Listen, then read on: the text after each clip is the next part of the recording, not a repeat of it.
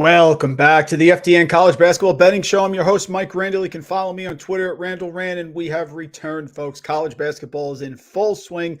Another good night last night. We should have got lucky with Wisconsin getting that foul late. Only made one of the two free throws. They missed the last one, so that was a push. Ended up losing Kansas. Fantastic game by Baylor. LJ Cryer absolutely on fire last night. Sometimes it happens, but we did get Virginia Tech. We had Virginia Tech. There was even a live line opportunity in the second half.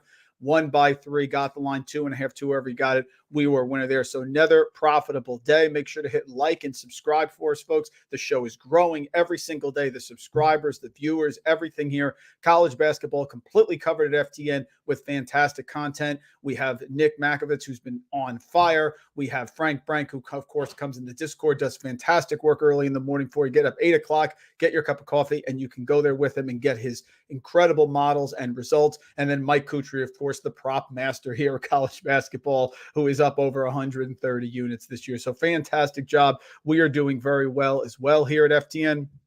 College basketball picks up 41.22 units on the season. We've also done well with some selective props, and I have some props for you today. Put out a prize picks video early this morning. Went live last night, like 2 in the morning here on the East Coast. Do not sleep, but we are dedicated to giving you the content. 13-4, 76.5%. And of course, the free play. I put one play on the Action app. All the other plays here in the Discord in FTN Bet Tracker. 27, 8, and 1. That's 75% over the last 36 days. So we are scalding hot.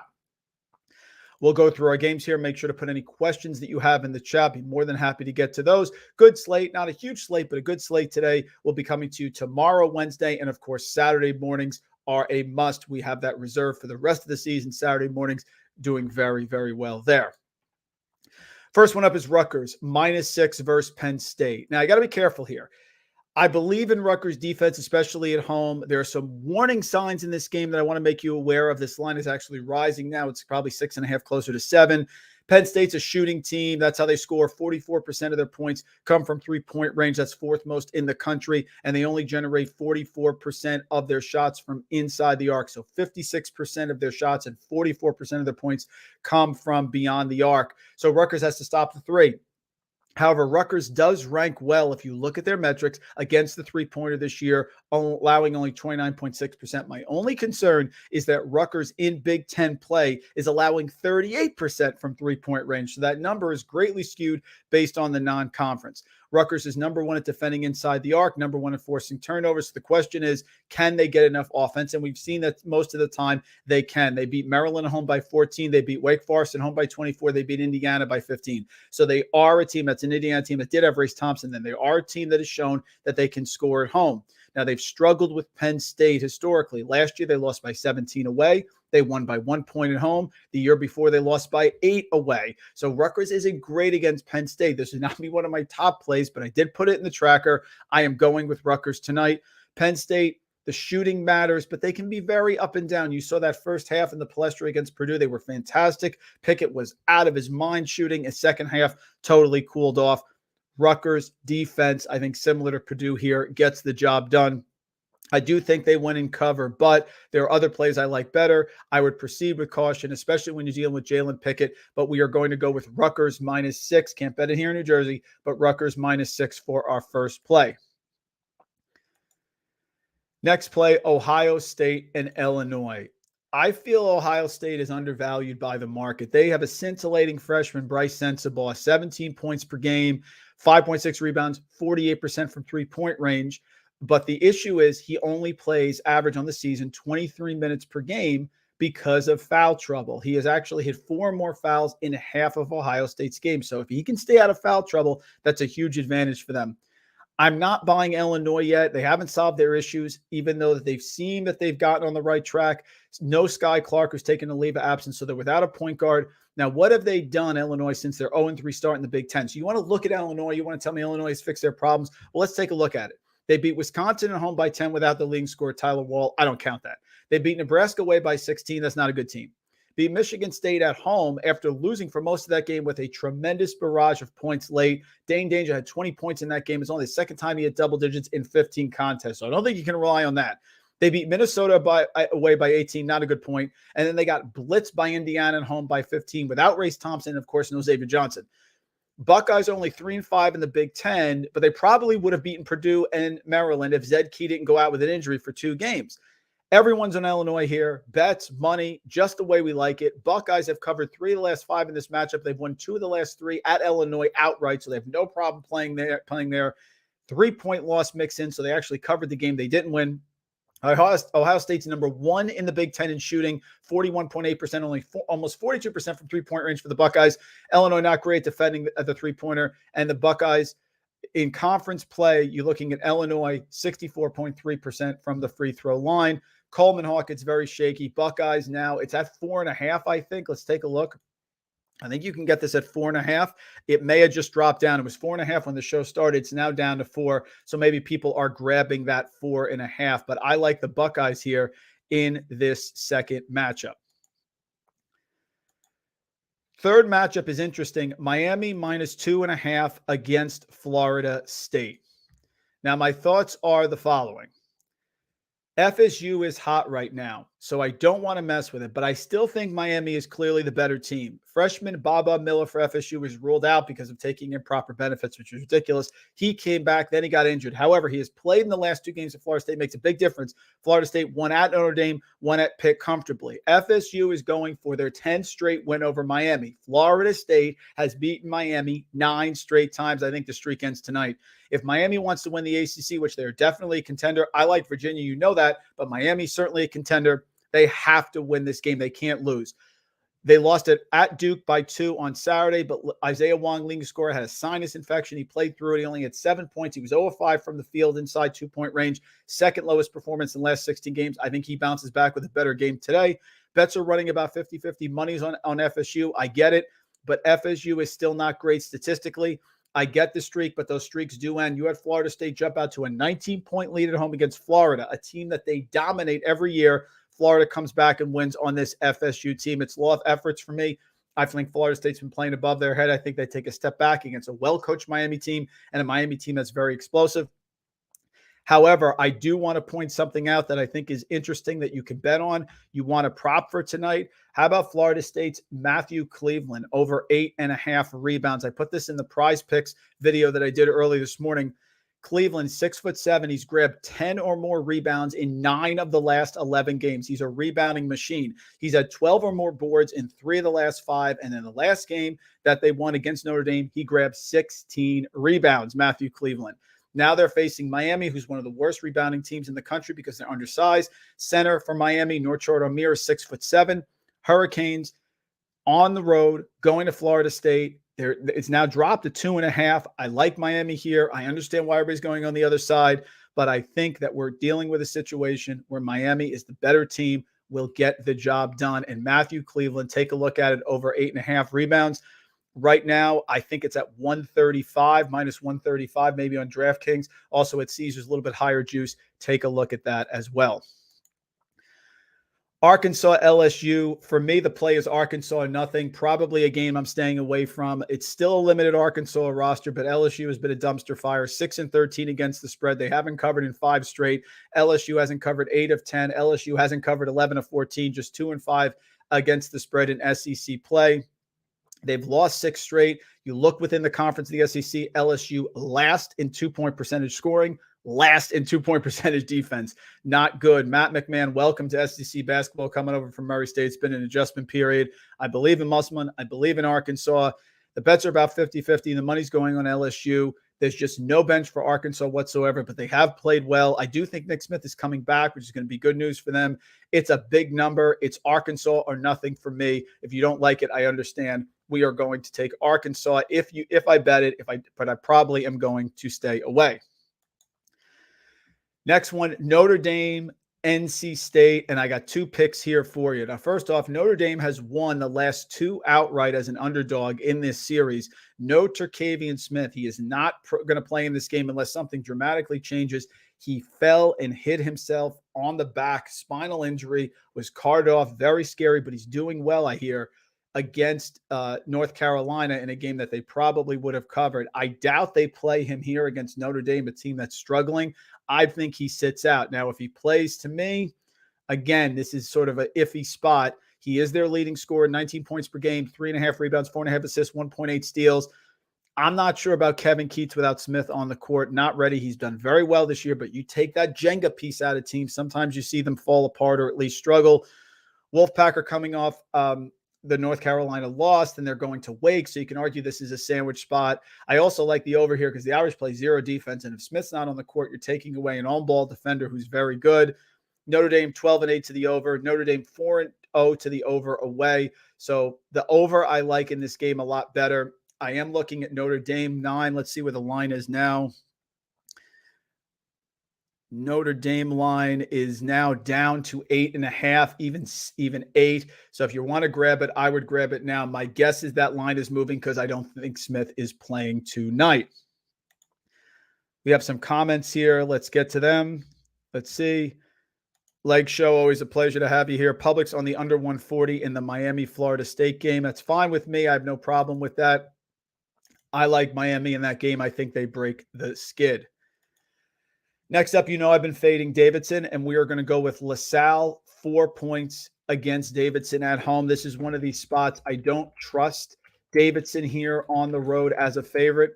I like LaSalle. I saw them against UMass, and they ended up having great defense on the perimeter outside, limiting teams. Now, LaSalle's lost 3 games in a row, but Davidson hasn't done much better, losing 5 of their last 6 and 4 in a row as well. The issue with Davidson under Matt McKillop is they are not making three-pointers. They are shooting under 30% from three-point range. So you have a LaSalle team that isn't great at defending the three, but I don't see a situation where Davidson's going to light it up here. Davidson has been competitive their last couple games, but they have not won. I am not going to lay points with Davidson on the road. I will take LaSalle +4. This next one, again, much better spots than this tonight. There's just too many unknowns in this situation. I'd be careful here. Matthew Morrell is a game-time decision for Ole Miss. He's their leading scorer. Kobe Brown is a game-time decision for Missouri. That's Missouri's leading scorer. That's Missouri's leading rebounder. I'd wait on this one. If Brown plays and Morrell does not, then I'd take Missouri. If Brown is out and Morrell plays, I'd probably lead to Ole Miss. Just not a spot I like here. Missouri 10-9 against the spread. Ole Miss 6-11-2. Ole Miss hasn't covered an 8-10. Only game that they covered recently was the Tennessee game. Love Kermit Davis, you know that. But in this situation, I am probably staying away. To me, the bet is Missouri or nothing. I would like it a heck of a lot better if Kobe Brown played and Matthew Morrell did not. Georgetown versus DePaul, 2.5. Yep, Adam, we got a question coming up. I'll get to that in a little bit. Georgetown +2.5 against DePaul. Are you believing this? Yes, I am betting Georgetown in this one. Georgetown has been able to score. That has not been their problem. They have been horrific this year, but they've actually been able to score. Look at their last couple games. They ended up putting 73 up against Marquette. They ended up putting 73 up against Villanova. They ended up putting 82 up against Xavier, and they were in that game against Xavier. The issue is they struggle against teams that are very good at scoring, that can really run away and hide. Villanova didn't. That's why Georgetown got the cover. When they played Connecticut, at Connecticut on the road, Connecticut has struggled sometimes on offense. They didn't go away and hide. I don't trust DePaul here. I don't trust their offense with Tony Stubblefield. Only shooting 46.9%. That's one of the worst marks in the Big East. They're not great on rebounding. Georgetown actually can rebound, and they don't guard the three, 39.6%. So again, we have DePaul on the road as a favorite. I am not there yet. Congratulations on your win over Xavier. We are not at the point where we're laying points here on the road with DePaul. Do like this one a lot. Tulsa is horrific against the spread. Absolutely awful. East Carolina, to me, has shown potential of covering and battling. They are 10-10 in the American East Carolina, and they have lost 5 consecutive games. They are 1-6. If they're going to get a win, East Carolina, they're 500. They started 9-4, did a decent job in the non-conference, and then everything came crashing down. Remember, East Carolina actually got a win over Toledo earlier this year on a neutral court. Here comes Tulsa. 0-6. They just got a win in overtime over Tulane at home, which was a little shorthanded in that game. They've had back-to-back overtime games at home against SMU.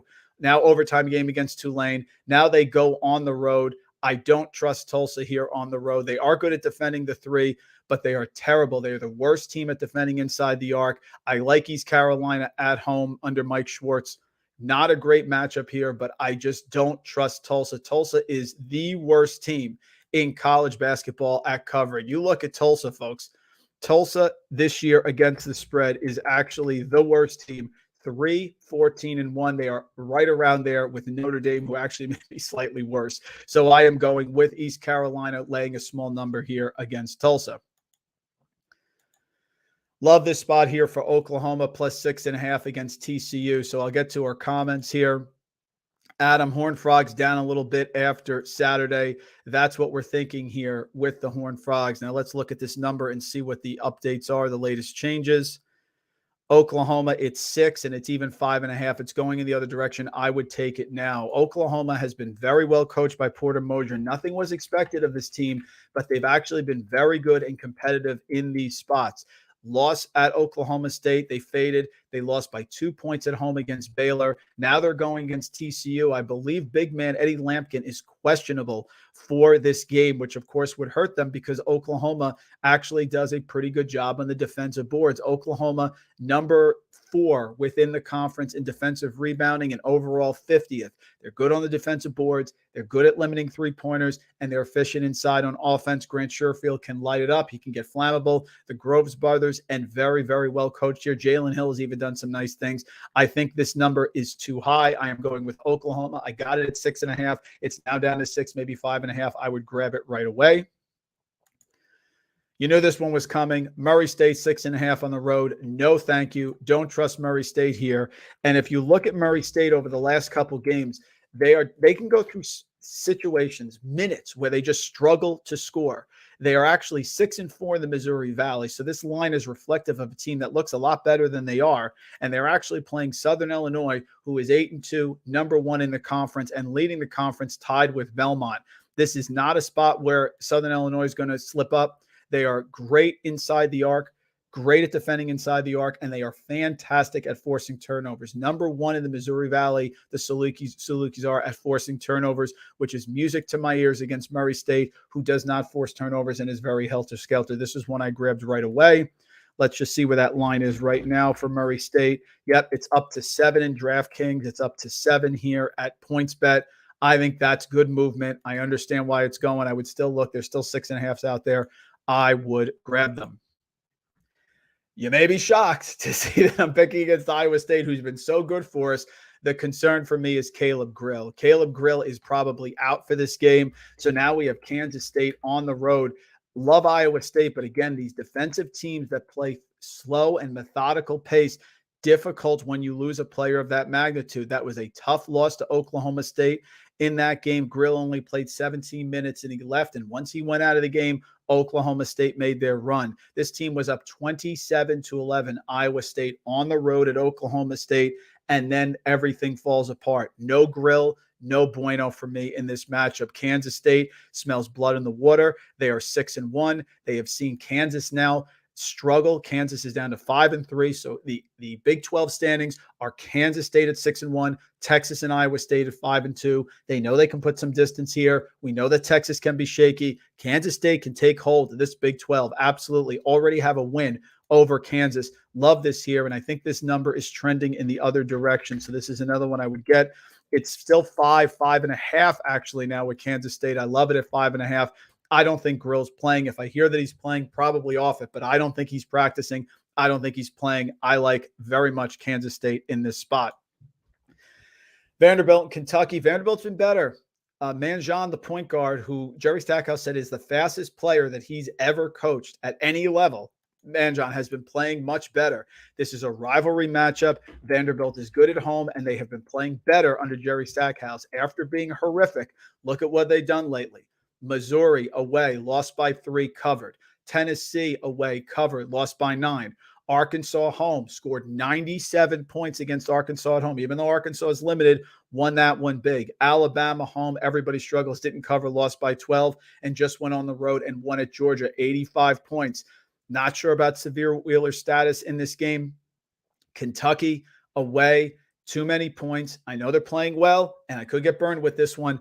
Vanderbilt plus 5.5. People want to know what is the line now for Vanderbilt. How is it? It's up to 6 in DraftKings, 6 at PointsBet. Otherwise, it's around 5.5. I'm taking the points. I know it's dangerous because Kentucky's on a roll, but even when they've had good teams in the past, this is not an easy place to play. My free bet of the day is Syracuse plus 4.5 against North Carolina. Love Syracuse in this spot. They have been playing very well. It's 4.5 across the board, and it's holding there. The issue in this game is that North Carolina is actually very good at defending threes. The perimeter players have been strong, so there are some opportunities here. The prize pick play that I picked in this game was Joseph Girard under 18.5 points. Joseph Girard has been scalding hot. He has in 20 points in 4 of his last 6, but more than half of his points come from the three-point line. I think Caleb Love and RJ Davis will limit Girard. So someone I'm looking to fade there a little bit is Girard, but I like the Syracuse defense. I don't trust this North Carolina offense. Syracuse has been playing very, very well. They always get it going under Jim Boeheim, and now they're going again. Syracuse now 6-3 in the conference. This is a team that no one thought much of, that was ended up being 3-2 with the loss to Virginia, but since then they've won 3 of 4 since a 1-1 start after losing to Pittsburgh at home by 2 points. Boston College, they beat by 14 at home. Louisville, close game, but they won it on the road. Virginia covered away, lost by 7. Virginia Tech home, won by 10. Good Virginia Tech team that won last night.